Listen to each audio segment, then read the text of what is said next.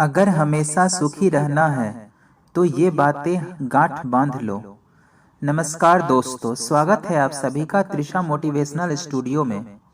दोस्तों, आज का जो यह वीडियो है यह बहुत ही ज्ञानवर्धक प्रसंग का है। जीवन में आपके जो भी कष्ट हैं, अगर आप इन वीडियो को पूरी तरह ध्यान से सुन लेते हैं तो आपके बहुत सारे समस्याओं का समाधान हो जाएगा। आपके पास धन की कमी नहीं रहेगी और परिवार में सुख शांति हमेशा बना रहेगा। आशा करता हूँ यह वीडियो आपको पसंद आएगी। अब कहानी को प्रारंभ करते हैं। दोस्तों, एक बार एक निर्धन पति पत्नी थे। उसमें पति बाहर गया हुआ था कुछ काम करने के लिए, जो उसकी रोजी रोटी थी उसके लिए वह बाहर गया हुआ था धनोपार्जन के लिए, और पत्नी घर में चूल्हा चौका कर रही थी।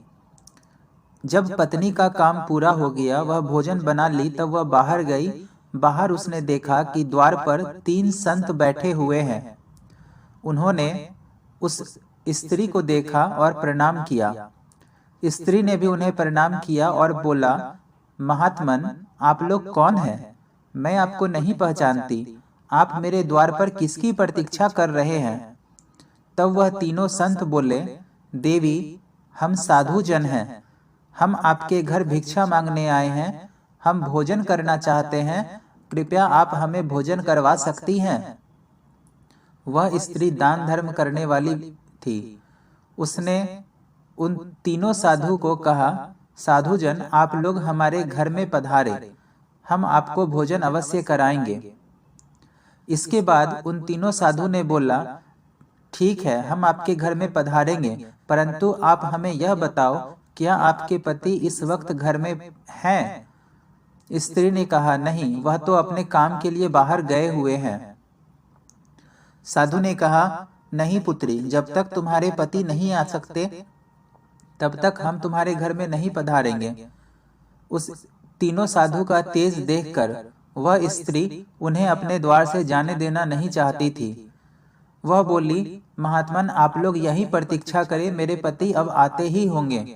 कुछ देर के पश्चात उसका पति शाम को काम करके अपने घर वापस आ गया।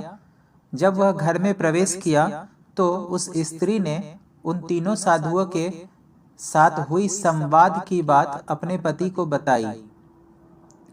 पति ने कहा, ठीक है, तुम अगर कह रही हो इन तीनों साधुओं का तेज बहुत ज्यादा है तो उन्हें अपने घर में बुला लो। जब वह स्त्री उन साधु के पास गई और बोली, महात्मन, आप सभी मेरे घर में पधारे और भोजन ग्रहण करें, तब वह एक साथ बोले, देवी, हम 3 साधु हैं, जिनमें एक का नाम धन है, दूसरा प्रेम है और तीसरा सफलता है। हम तीनों किसी के घर में एक साथ नहीं पधारते। हम में से कोई एक ही तुम्हारे घर पहले पधारेगा, उसके बाद बाकी के दोनों लोग पधारेंगे। अब तुम यह बताओ कि तुम्हारे घर में सबसे पहले कौन पधारेगा? यह सुनकर वह स्त्री विस्मित हो गई और बोली, मैं अपने पति से जाकर पूछती हूँ। वह अपने पति के पास गई और उसे सब बात बताया। वह दोनों खुश हो गए। उन्हें लगा कि अब उनके घर में धन संपत्ति सब कुछ आ जाएगा उन साधु जनों के आने पर। पति ने बोला, देखो, धन सबसे ज्यादा जरूरी है। हम लोग बहुत गरीब हैं। अगर हमारे घर में धन सबसे पहले आता है तो हम लोगों के पास किसी चीज की कमी नहीं रहेगी। इसलिए तुम जाओ, सबसे पहले धन को बोलो आने के लिए। इसके बाद उस औरत ने कहा कि मुझे लगता है धन से ज्यादा जरूरी सफलता है। अगर सफलता हमारे पास आएगी तो हम अपने जीवन में कोई भी काम करेंगे उसमें सफल होंगे, और कोई व्यापार भी करेंगे तो सफल होंगे, तो धन तो आ ही जाएगा। इस पर पति ने कहा, सफलता से ज्यादा बड़ा धन होता है। व्यापार करने के लिए भी तो धन की आवश्यकता होगी। इसी बात पर दोनों में वाद विवाद बढ़ने लगा और उन दोनों में वाद विवाद इतना बढ़ गया कि आवाज बाहर तक आने लगी।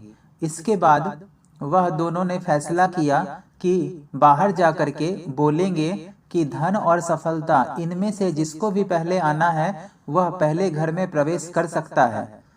उन दोनों पति पत्नी ने यह निश्चय किया कि यह बात कि पहले कौन आएगा उन साधुओं पर ही छोड़ देना चाहिए। वह स्त्री गई बाहर और यही बात बोला कि आप में से धन और सफलता, इन दोनों में से जिसको भी पहले आना है वह मेरे घर में पहले आ जाए। स्त्री का इतना बोलना ही था कि वह तीनों साधु वहां से जाने लगे। वह स्त्री जब उनको जाते हुए देखी तो अचंभित हो गई और बोली कि महात्मन, आप लोग यहाँ से क्यों जा रहे हैं? आप तो हमारे घर भोजन करने आने वाले थे। उन तीनों ने पलटकर मुस्कुरा करके जवाब दिया कि हे देवी, हम इसी प्रकार जो निर्धन लेकिन धनी बनना चाहते हैं और कर्मठ पुरुष होते हैं, जिनका स्वभाव अच्छा होता है, उनके घर पर जाकर उनकी परीक्षा लेते हैं।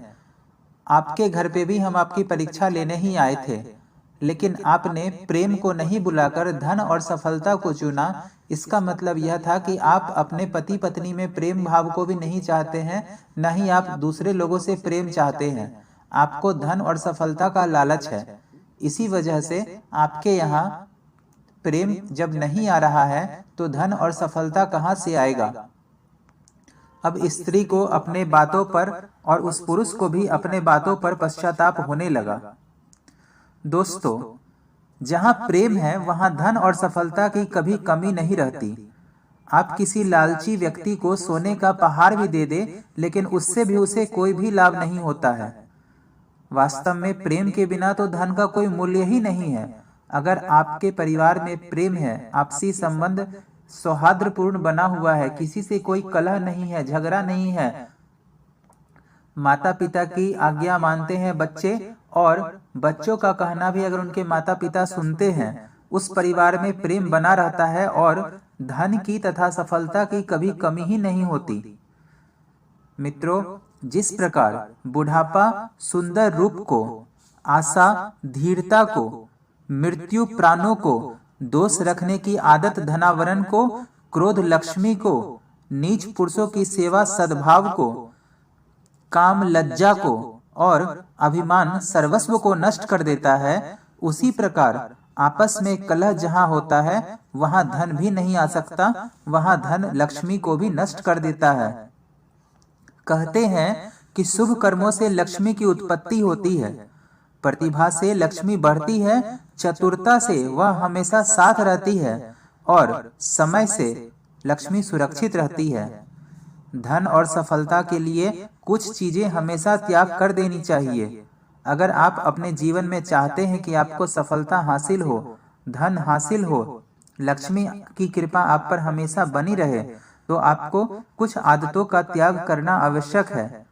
शराब पीना, कलह करना, समाज से दुश्मनी करना, पति पत्नी में भेद रखना, कुटुंब वालों में भेद बुद्धि उत्पन्न करना, उनके बीच सद्भाव न पैदा कर झगड़ा उत्पन्न करना अपने स्वजनों से, राजा के साथ द्वेष रखना, स्त्री पुरुष में विवाद करना और जितने भी बुरे रास्ते होते हैं उनको स्वीकार करना।